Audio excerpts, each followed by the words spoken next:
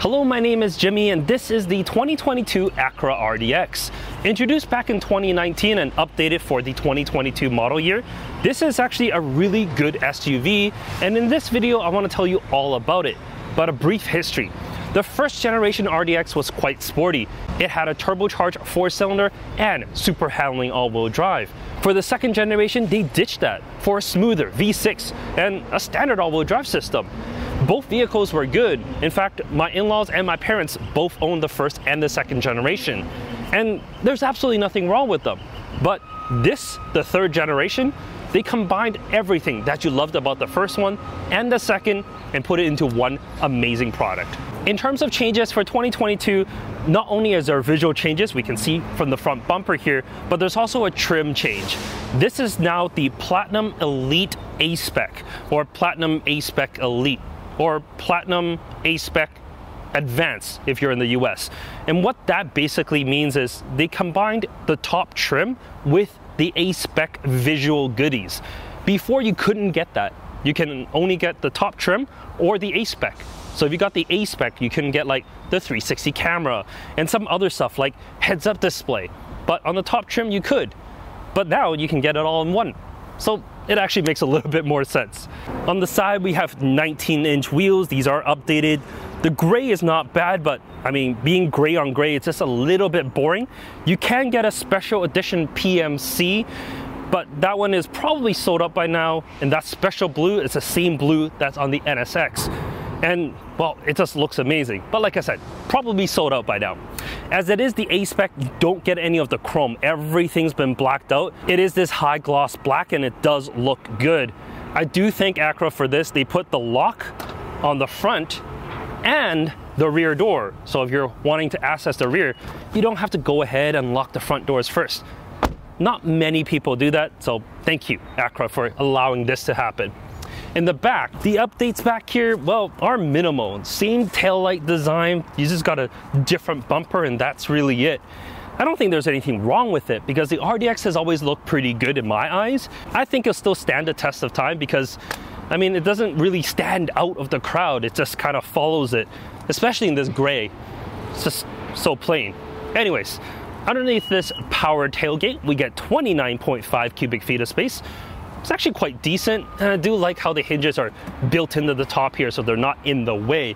You do get a little bit more space underneath the floor. You might be thinking, well, where's that spare tire? Instead of it being inside, it's actually underneath the vehicle. So that's actually a little bit different. Speaking of different, there are little handles in the back here. So you can fold down those rear seats, allowing for 79.8 cubic feet of space.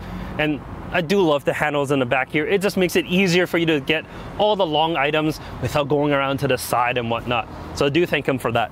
One thing that they did forget though is with this tailgate, there is the hold to set height button and the close button, but there's no lock. So if you were to get everything that you need out of the back, if you need to lock the vehicle, you need to press this button, wait for this to close, then you hit the lock button, which is right here. There we go. So you gotta wait and lock it, or you can of course use the lock on the side, or of course the key fob. But it just makes it easier if there's a lock button on the inside. Anyways, let's go to the rear seats. Space in the back is pretty good. I'm 5'11" and I just grazed the top. Because of the panoramic sunroof, there's plenty of light. I have good legroom and foot space, so it's actually not too bad. This being the top trim, I also have heated seats and there's 2 USB charge points here. There's cup holders in the center armrest, and that's really it. The backrests themselves, they don't fold. Well, they fold, but they don't have like multiple positions. So if you want to sit a little bit more upright, or if you want to have a little bit more storage, there's no button or lever to push the seats forward. That you don't have. But I mean, for most usage, this is absolutely fine. In terms of fitting your family, well, as you can see, I do have a Kleck Fünf here on the passenger side, and that fits without any problems. If you have a younger child, here's a Kleck Ling behind the driver's seat. Me at 5'11", both of these seats on the front are adjusted to my height, and there's absolutely no problems fitting adults in the front of the cabin and having these child seats in the rear. One thing I wasn't able to do was to fit the third seat in the center. There just wasn't enough space side to side. I mean, with the right seats, and if you really wanted to, you might make it fit, but I just wouldn't recommend it if it's something that's going to be for long term, as the seats are basically bunched up right next to another. Something that is nice though, the lower anchors are really easy to access. They're just behind this flap. Same thing with the upper anchors, absolutely no problems there. But let's head to the front seats. All right, the front seats of the RDX, as this is the top trim, is a 16-way adjustable seat. So you get adjustable bolsters, lumbar support, thigh cushion. It's pretty comfortable, I would say. They're heated and cooled as well, and there's an auto button that kind of reads your mind and tells you exactly if you want to be chilled or warmed. It doesn't really, but it does a decent enough job. I don't have any problem with these seats, but this steering wheel, woo, I love it. This A-Spec steering wheel has a flat bottom, the leather is nice, the stitching is good, and there's a plethora of buttons for you to choose from. At first, that might be a little confusing, but it all just makes sense. You got your infotainment stuff, and then you got your adaptive driving information on the right. It all just works. You got paddles behind, and those look great. And then an analog and digital cluster, which, I mean, it's sporty because of the white face or the silver face with the red backlighting. It's just sporty, and you get that digital screen in the center. Some might say it's a little outdated, as a lot of vehicles these days have a full digital display, but I kind of like that. I don't have a problem with it. But, you know, it's 2022. If you really want to see your speed, you're just looking at your heads-up display. And this has a good one. It's also linked with your infotainment. The infotainment's a mixed bag, to be honest. To some, it's going to be absolutely fine. To others, they're going to complain about it like no end. If you're in CarPlay most of the time like I am, you're going to be fine. You're going to be using this trackpad as a swipe gesture, and you can go through your menus. It's not as quick as like a rotary wheel or just a touchscreen, but it works. The problem is when you're switching between CarPlay and the Acura system, because in the Acura system it's a 1-to-1 ratio. So top left of trackpad, top left of screen. Bottom right is bottom right. So instead of swiping, it's like a touchscreen. So you can get confused when you're switching back and forth. But for me, I'm in CarPlay most of the time. I don't think I was really using the Acura menu at all. And because of that, you know what? Really no complaints and really no problems there. On the right of the screen, you got this pretty useless, to be honest, like clock or navigation menu, and you can swipe up and down on the right to see that. I would prefer it to be full screen, but hey, that's just me. Climate control is easy to use. Every button that you really need is there. And that's really it. The whole interior is simple, it's well laid out, it's easy to use. I feel like anyone that can just jump into this and start driving, because it has all the buttons you need. And because it has wireless CarPlay now, you don't have to plug in your phone, it's just done. One thing I did notice, the Qi wireless charger did not charge my phone because it kept moving. This is my iPhone 10 that I've been using, and on it, even with the Apple leather case, it was just sliding around, it just wouldn't charge. And the same with my iPhone 13 as well. Just, it wouldn't stay in place to charge. So I wasn't able to charge my phone, but hey, you know, there's USB ports if you really wanted to charge a device. In any case, let's go for a drive and see what this RDX is like on the road. All right, on the road with the RDX. Underneath the hood, it's a K20 C4, 2-liter, 4-cylinder, turbocharged Honda motor. Of course, it's a Honda motor.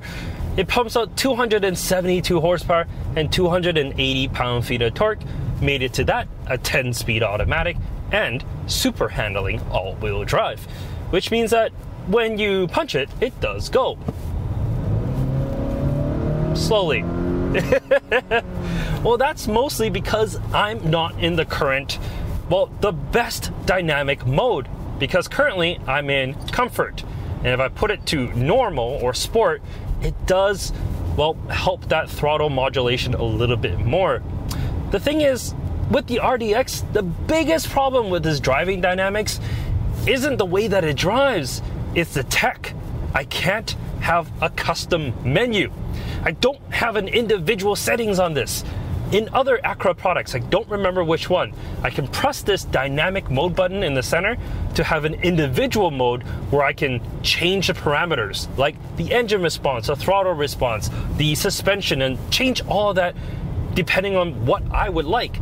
But in this, if you're in comfort, the system's like, okay, full comfort, soft suspension, light steering, and dead throttle, like absolutely dead.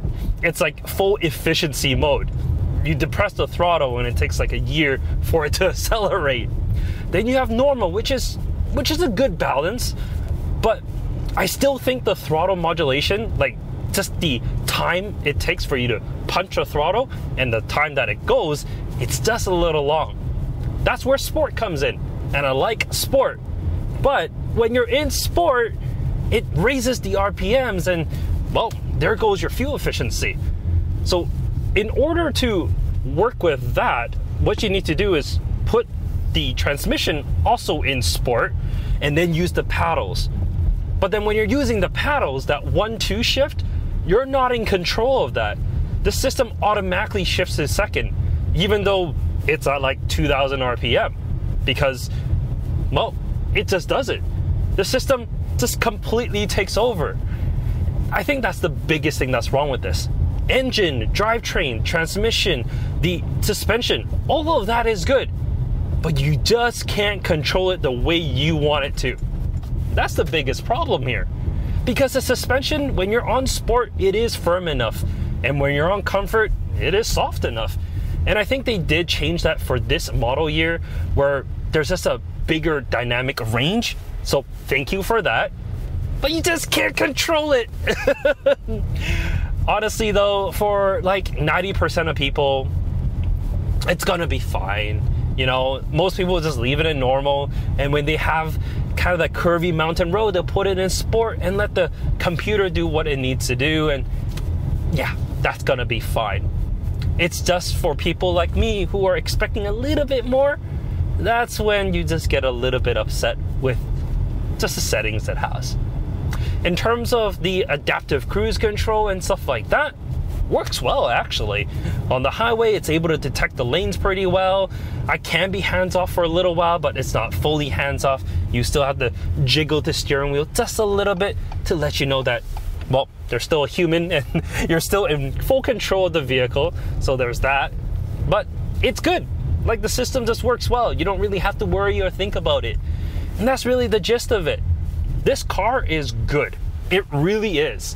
And for the price, it's actually really good, because as equipped here, it's 59,100 Canadian dollars, which means it undercuts the QX50, which is the biggest competitor in all of the European rivals.